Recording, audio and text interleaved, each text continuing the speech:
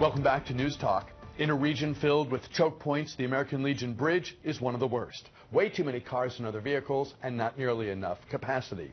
For some, the solution is another bridge span, though we're no closer to that than we were 20 years ago. In the meantime, area officials are pursuing more doable solutions. Roger Berliner is chairman of the Montgomery County Council's Transportation, Infrastructure, Energy, and Environment Committee and joins us now. Welcome. Good to have you with us. It's a mouthful, isn't it? It is.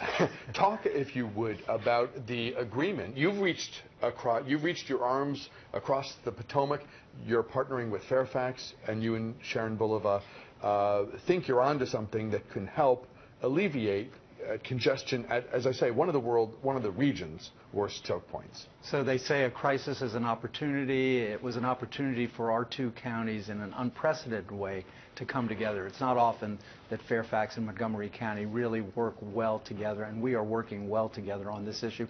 It affects the quality of life for so many people. And we say, don't spend time or energy on a second crossing. Let's fix the first crossing. Let's make that work. And you can make that work by adding 2 HOT lanes, and let's get on with that. It's so important. How would an HOT work? We're familiar with the general concept, yes, because it's deployed here and there. Would those details be left to the staffing pros within various exactly DOT agencies? It would, but basically what you're trying to do is relieve congestion by hoping that there'll be more transit on there, because the HOT lane would be available for transit, bus rapid transit, and that you would then relieve congestion just by adding additional capacity. So what's gotten in the way so far is we haven't even done an analysis of how much it would cost to do this. So we need to get on this. So it's so important. If I use the American Legion Bridge now to get to work, maybe I live in Montgomery County and I cross over into Virginia to go to work, or vice versa, or I'm a plumber and I'm on the road throughout the region all the time, and I'm thinking, okay, well, what is this going to mean for me down the road? Am I going to need to carpool? Am I going to need to van pool, take the bus, or do something different? Are my days as a solo driver at rush hour over? Well, they're almost over now. I mean, how many of us in our lives try and figure out when can we get on the Beltway, when can we go cross the American Legion Bridge? And basically you can do it maybe from 10 till 2 if you're lucky, or on a Friday like today, but otherwise your day is totally disrupted. Mm-hmm. So the economy's affected, the environment's affected, your quality of life is affected. This will make things better. You add capacity, you make it better for everybody. Are we talking about a period of years where this gets studied before any relief gets implemented? Well, you need to study it before you can implement it, and we haven't even done that. So our message primarily to the governor of Maryland, who owns the bridge, if you will, the bridge is in Maryland, is that we need to get about this important work. And the Secretary of Transportation last night said to me, well, council member, how important is this for Montgomery County? And I said, actually, this is important to way beyond Montgomery County, Frederick County, Prince George's County, Howard County. How many of our residents are affected by this bridge all the time? And it's a regional issue. It's a national issue. It is a choke point on the East Coast.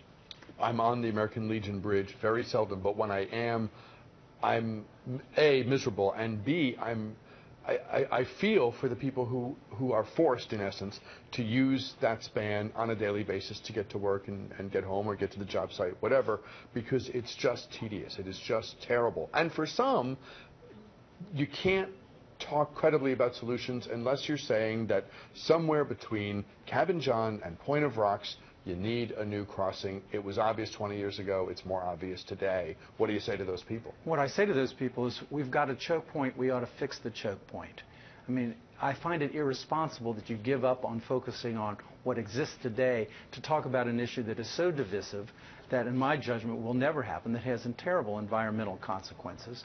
And so instead of diverting energy to something that, in my judgment, there's a reason why it hasn't happened for 20 years and won't happen for another 20 years, let's focus on what could happen. The issue being that you would bisect, invariably, a new bridge crossing would bisect the agricultural reserve in western Montgomery? Yes, that's true for us, but that's why I thought this was important to hear from Fairfax as well. Fairfax is also saying we should not be spending our resources on a second crossing. So it is Virginia and Maryland united in saying don't think about a second crossing until you fix the first one. Last question on this. There are a lot of people who if you looked at their trip on a map, the Bethesda area, the Cabochon area doesn't factor in. It does because they have to go south to get to the bridge, they have to cross, and they have to go west. If there was something else upstream, it would be a shorter trip, and fewer miles on the road is less pollution being put into the air. So while you referenced the environment in saying this other option is really not as good as people might think, there is a downside to having people drive 50 miles for, I'm pulling a number out of the air, driving 50 miles for a trip that if you connect the dots more directly is 20 or 25. So let me just say that the numbers actually don't support you. Okay. More people use the American Legion Bridge to go into areas that would not be well served by a second crossing, closer in, so more closer to Tyson's than it would a second crossing. So you'd actually, it doesn't serve where most people want to go. I've got to hit it out in exactly a minute. You were here a second ago as we talked Metro with Congresswoman Norton. Your thoughts on where we are with Metro right now? Well, one, we need a new general manager right away. We don't need a fare increase. I actually support the District of Columbia. We are on the cusp of a death spiral. You have to hold the fares where they are, and you have to improve performance in a hurry. And then we need more money. We need a new compact, a regional compact that actually provides them with the resources they need to dig out of this terrible hole. In 10 seconds, do you know where they are on the search for a general manager? I am being told that they are closer than they've been. That's good news. Roger Berliner, the Montgomery County Council, thanks for your time as always. We'll see you next time. You will. We'll step aside, back with more News Talk right after this.